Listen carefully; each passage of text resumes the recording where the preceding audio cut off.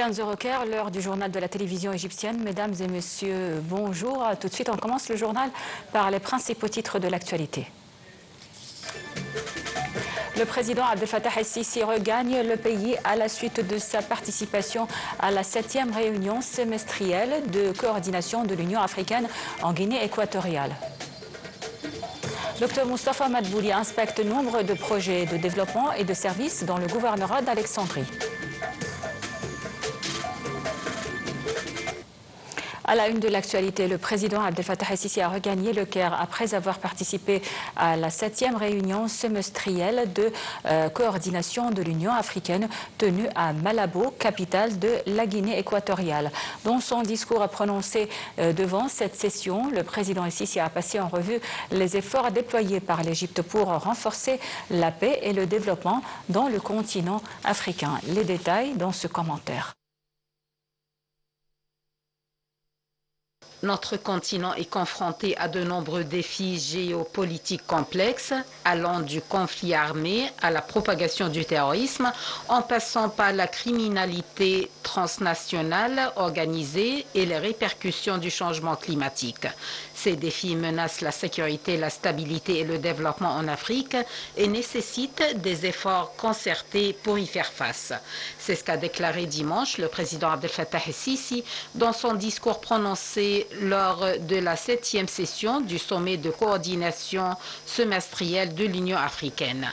Le chef de l'État a ajouté que dans cette perspective, l'activation et le renforcement des mécanismes régionaux de maintien de la paix et de la sécurité sur le continent était devenu essentiel.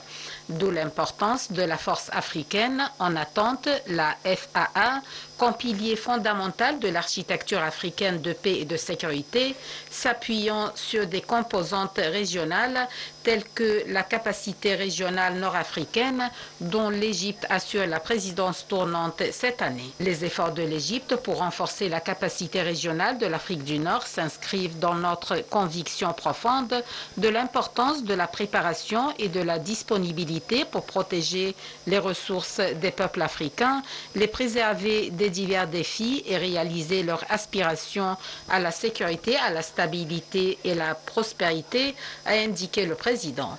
Il a affirmé l'engagement total de l'Égypte à soutenir les capacités régionales de l'Afrique du Nord dans le cadre de son intérêt régional pour la mise en œuvre du cadre africain de paix et de sécurité à la lumière de son leadership en matière de reconstruction et de développement post-conflit et sur la base de sa ferme conviction que la paix est le fondement du développement et que l'intégration est la voie vers un avenir meilleur pour le continent. Le Premier ministre Moustapha Madbouli s'est rendu aujourd'hui dans le gouvernorat d'Alexandrie pour inspecter des projets de développement et de services accompagné du ministre du Logement et du gouverneur d'Alexandrie.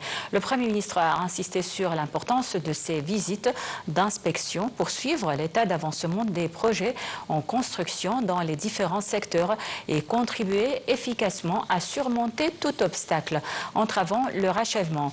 Le Premier ministre s'est félicité du bon civilisationnel dont témoigne actuellement la ville d'Alexandrie grâce à des projets de développement, notamment les nouvelles villes, l'élimination des bidonvilles et des zones dangereuses. Il a également rappelé les projets achevés et en construction dans les domaines d'infrastructures, de l'énergie et des énergies renouvelables, de l'industrie et de la santé. Le ministre des Affaires étrangères, Badr Abdelghati, se rend aujourd'hui à Bruxelles pour participer à la 5e réunion ministérielle des ministres des Affaires étrangères de l'Union européenne et des pays du voisinage sud. Cette participation s'inscrit dans le cadre des consultations sur la charte pour la Méditerranée que le bloc européen envisage de lancer avant la fin de l'année en cours.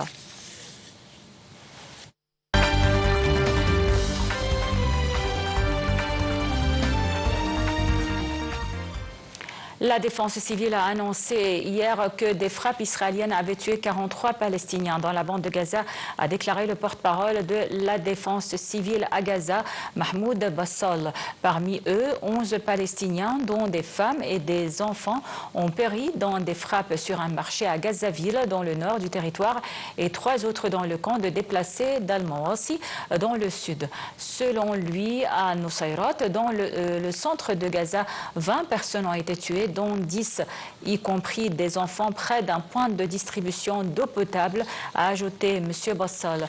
L'armée israélienne a affirmé. Le cabinet ministériel israélien aux affaires politiques et sécuritaires a examiné lors de sa réunion la redéfinition des cartes de déploiement de l'armée d'occupation dans la ville de Rafah au sud de la bande de Gaza. Selon des rapports israéliens, l'armée d'occupation a mis en garde contre le fait que la construction d'une ville de tente dans la ville palestinienne de Rafah prendrait 4 mois et retarderait les négociations sur un accord d'échange de prisonniers. Par ailleurs, des sources israéliennes ont estimé que le Premier ministre Benjamin Netanyahou chercherait à repousser les discussions sur l'accord jusqu'au début des vacances parlementaires de la Knesset, prévues pour le 27 juillet en raison de la difficulté de dissoudre le gouvernement.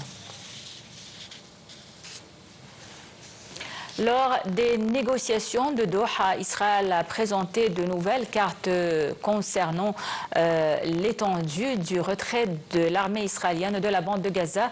Pour sa part, le Hamas a annoncé avoir convenu avec le mouvement du djihad que toute négociation devait atteindre 4 objectifs.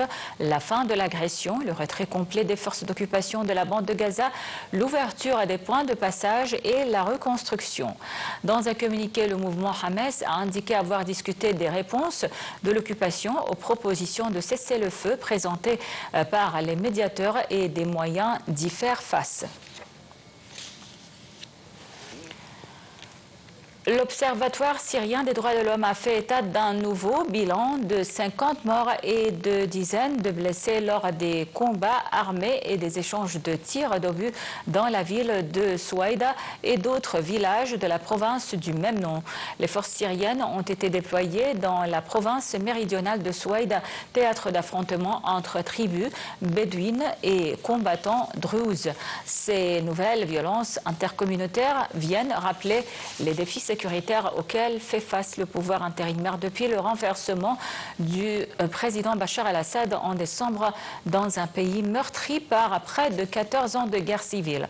Les tensions entre Druzes et Bédouins sont anciennes et des violences éclatent sporadiquement entre les deux camps.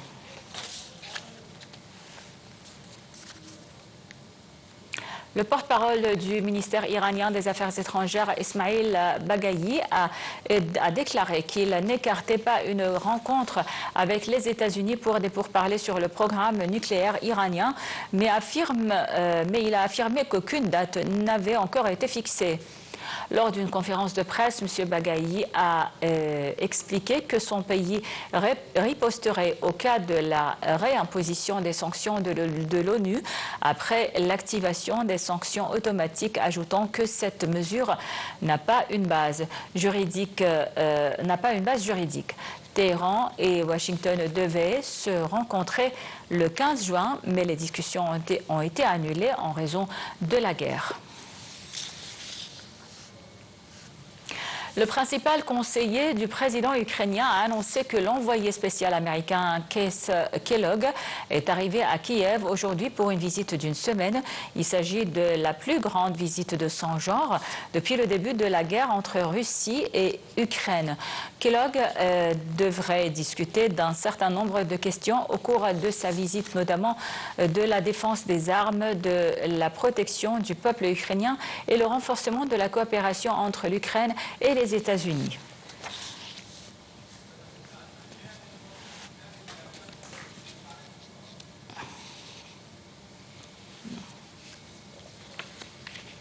Un tremblement de terre de magnitude 6,7 s'est produit aujourd'hui au large des îles indonésiennes des Moluques, a annoncé l'Institut d'études géopolitiques américain USGS, mais sans poser de risque de tsunami.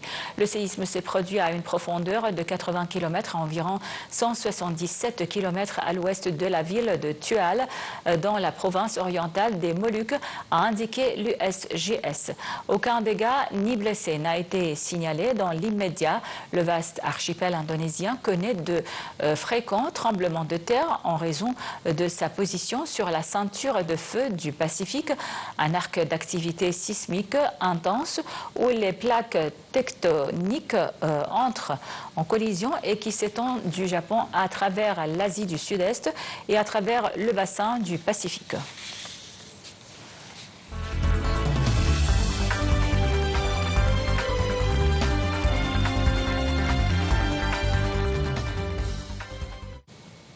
Et sur notre page économique, les ministres du Commerce de l'Union européenne se réunissent aujourd'hui à Bruxelles pour affiner leur stratégie face à la dernière initiative de Donald Trump qui a annoncé l'imposition le 1er août de droits de douane de 30% sur les produits européens importés aux États-Unis. La décision du président américain a jeté un froid alors que les négociations commerciales étaient toujours en cours entre Bruxelles et Washington. Les détails dans ce compte rendu. La présidente de la Commission européenne qui négocie au nom des États membres de l'Union européenne, Ursula von der Leyen, a annoncé dimanche que l'Union européenne n'allait pas riposter pour l'instant aux droits de douane américains sur l'acier et l'aluminium, dans l'espoir d'obtenir un accord qui s'avérait moins douloureux. Des diplomates ont néanmoins souligné qu'un paquet de mesures de représailles supplémentaires serait présenté au ministre lundi, mesures qui pourraient être mises en œuvre si Donald Trump optait effectivement pour des taxes de 30% sur les importations en provenance de l'Union européenne. L'Union a déjà menacé en mai d'imposer des droits de douane sur des produits américains d'une valeur d'environ 100 milliards d'euros, comprenant des automobiles et des avions si les négociations échouaient, quand bien même un diplomate a laissé entendre que la liste finale avait été réduite à une valeur de 72 milliards. Les pays européens essayent de rester unis dans cette affaire, bien que leur économie ne soit pas exposée de la même façon aux foudres douanières du président américain.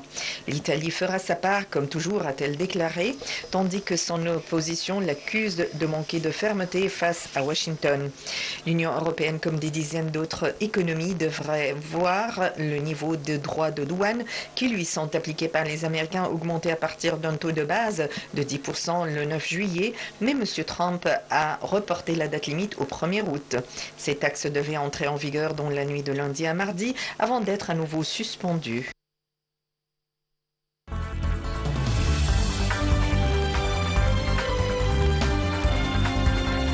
Voilà, donc c'était tout pour le journal. Merci pour votre attention et passez d'excellents moments sur la télévision égyptienne.